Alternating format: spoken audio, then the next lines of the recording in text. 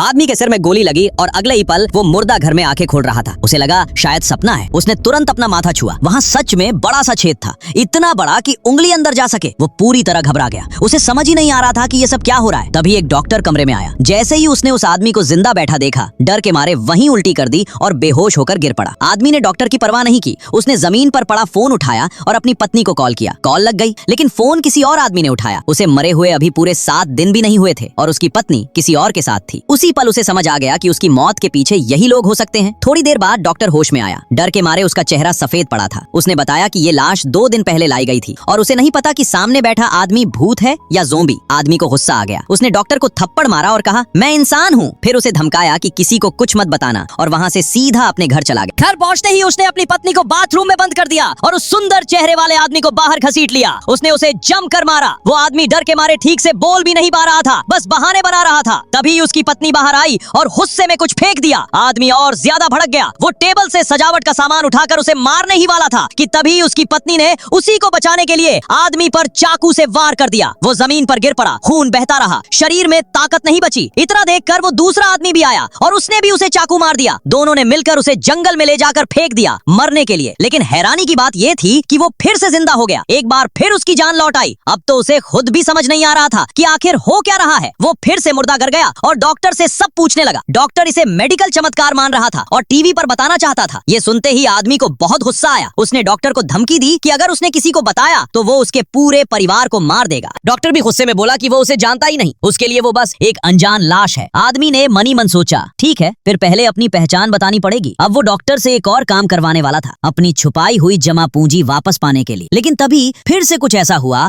जिसकी किसी ने उम्मीद नहीं की थी।